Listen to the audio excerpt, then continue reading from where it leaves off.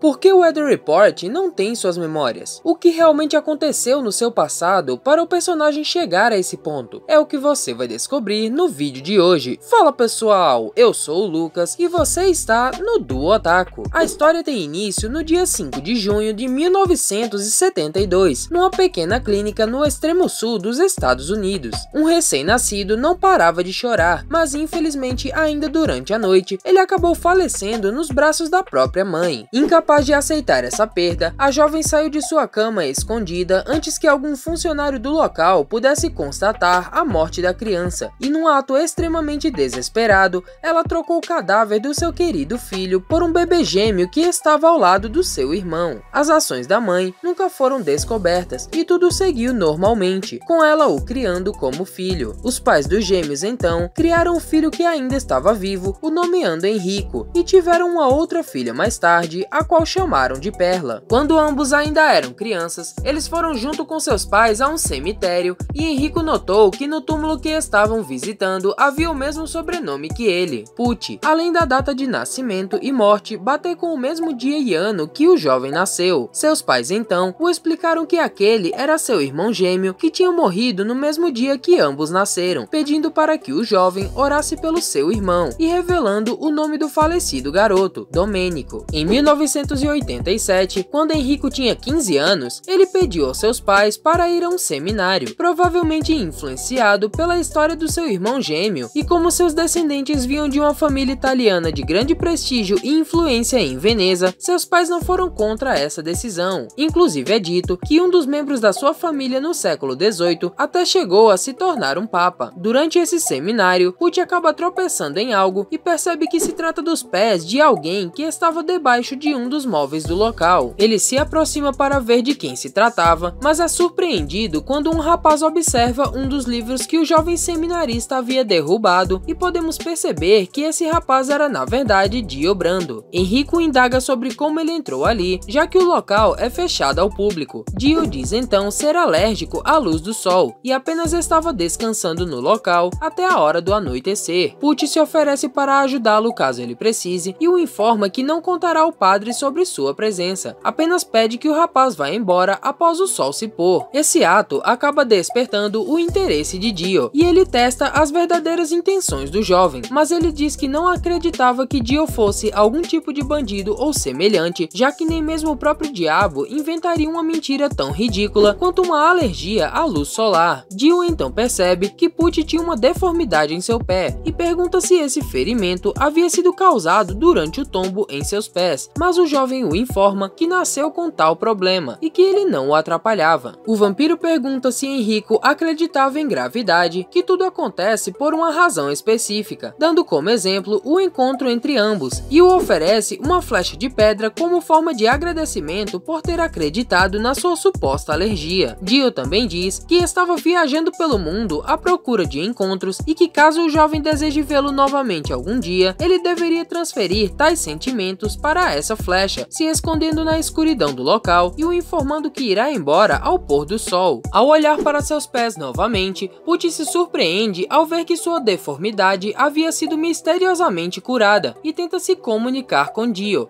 mas não obtém resposta. Um ano depois, em 1988, quando Enrico estava limpando a cabine de confessionário da igreja, uma mulher se aproxima e pede para ser ouvida. Ele tenta chamar um padre para ouvi-la, mas a moça começa sua confissão assim mesmo, dizendo que estava muito assustada por ter uma doença supostamente incurável. Porém, o real motivo da sua ida ao confessionário viria a seguir. Ela confessa que 16 anos atrás, no dia 5 de junho, ela havia trocado o cadáver do seu filho com um recém-nascido de outra pessoa, bebê esse que tinha um irmão gêmeo, algo que deixa o jovem Enrico intrigado. A moça continua dizendo que se sentia terrível por imaginar os sentimentos dos verdadeiros pais do garoto, justificando suas ações com sua negação de que seu filho verdadeiro havia falecido, mas o diz que deu seu melhor para criar o jovem. Entretanto, ela nesse momento enfrentava um grande dilema. Deveria ela contar ao seu filho que ele tinha um irmão? Mas ao pensar em fazer isso, ela sentia como se fosse perder seu filho. Put então a indaga sobre a identidade dos verdadeiros pais do rapaz, e para sua surpresa, ela responde como sendo um casal chamado Put, que vive numa grande mansão numa cidade próxima, deixando o jovem Enrico pasmo. Cerca de um mês e meio depois, Perla Put, irmã de Enrico, estava com as amigas em uma lanchonete quando sua bolsa é roubada e uma de suas amigas grita por ajuda. Nesse mesmo instante, um jovem alto que trabalhava no local atira uma latinha na janela por onde o ladrão passava e consegue derrubá-lo, mas fica preocupado com seu emprego por ter quebrado a tal janela. Perla então o agradece e diz que contará que ela havia sido quebrada pelo próprio ladrão, o dizendo para fugir do local. Antes de ir, o jovem se apresenta como Wes, mas também era chamado de Weather, perguntando se eles poderiam se ver outra hora. Seu nome completo era Wes Blue Marine e ele tinha 16 anos, além de possuir um forte senso de justiça. Após 2 semanas, Put não parava de pensar em seu irmão, e ao chegar em casa, Perla o revela que estava namorando com um rapaz que havia conhecido fazia pouco tempo. Depois de descobrir que o namorado dela se tratava do verdadeiro irmão de ambos, Put preferiu não revelar tal fato à sua irmã e tomou uma difícil decisão: contratar uma suposta agência de detetives particulares a fim de ameaçar Wes e separá-lo de Perla para não machucar demais sua irmã e fazer com que isso não passasse de um relacionamento que não deu certo. O grande problema nessa história é que Enrico não conseguiu identificar a verdadeira natureza dessa tal agência e o preconceito que seu dono tinha. Em meados do século 17, nos Estados Unidos, havia um grande preconceito contra as pessoas negras e o casamento entre pessoas brancas e negras era considerado algo inaceitável. Continuando, nesse mesmo dia, o tal detetive investigou sobre a mãe de Weather Report e descobriu que ela havia sido casada em 1972 com um homem negro. Então, apesar de ter pele branca, Wes carregava consigo sangue de uma pessoa afrodescendente. Enquanto seguia o casal à noite, o detetive testemunha Perla dando um beijo em Wes, algo inaceitável para ele. Então, nessa mesma noite, o detetive chama diversos amigos e com suas vestimentas e gorros brancos, alguns seguram Perla, enquanto outros começam a espancar Weather. Nesse momento, Wes consegue ouvir o detetive falando que já tinham ateado fogo na casa onde ele vivia com sua mãe, o deixando ainda mais desesperado. Ao amanhecer, vemos o resultado de toda a barbárie que ambos haviam presenciado. Wes foi enforcada em uma árvore em cima de um penhasco e Perla foi simplesmente largada em um local próximo. Ela então desce o corpo do seu amado da árvore e, pensando que ele havia morrido de fato, se joga do tal penhasco. Algum tempo depois, alguns policiais conseguem resgatar o corpo de Perla no rio e Put reconhece o corpo da sua irmã, entrando em desespero ao vê-la morta e se culpando pelo seu destino. Ele então escuta a voz do Dio e lembra que ele havia curado sua deformidade, desejando se encontrar novamente com o vampiro, o que faz com que a flecha que estava guardada em seu bolso o atinja, e ouvindo mais uma vez a voz do misterioso rapaz, o falando que uma pessoa morta não poderia voltar à vida, mas caso ele desejasse forte o suficiente, poderia preservar sua memória. Put então desperta seu stand Whitesnake, roubando as memórias da sua falecida irmã inconscientemente e caindo desacordado logo em seguida. Nesse meio tempo, Weather havia acordado e, percebendo que Perla havia se suicidado, ele tenta fazer o mesmo, mas acaba sendo empurrado por um forte vento, caindo ao lado do penhasco e apenas quebrando seu ombro. Depois, ele tentou se afogar no lago, mas fortes ondas sempre o levavam de volta para a costa. Sem entender o porquê não poderia acabar com seu próprio sofrimento, Weather começou a odiar tudo e todos. Então, no quarto dia depois desses eventos, começou uma estranha chuva de caracóis na cidade. Wes decide ir atrás do dono da agência para obter mais informações sobre quem o havia contratado, e o detetive se assusta ao ver o jovem que ele acreditava ter sido morto. Ao tentar atirar no rapaz, alguns caracóis aparecem em sua mão e viram sua arma para o seu próprio rosto na hora que ele puxa o gatilho, atirando em sua cabeça. Weather pega o revólver do chão e tenta se matar mais uma vez, mas a arma falha, já que sempre que ele puxava o gatilho, água saía de dentro do cilindro. Algum tempo depois, Put acorda e percebe que seu irmão estava na verdade vivo. notando que os caracóis tinham a ver com a habilidade que foi despertada em ambos, já que eles eram gêmeos. Ele decide então matar seu irmão e posteriormente conversar com Dio para descobrir as respostas que buscava. Ao se encontrar com Wes, Enrico lhe revela ser seu irmão mais velho e enquanto Weathers se mostra surpreso, seu irmão usa o Whitesnake para roubar suas memórias, já que de acordo com o próprio, uma pessoa sem memórias pode muito bem ser considerada uma pessoa morta.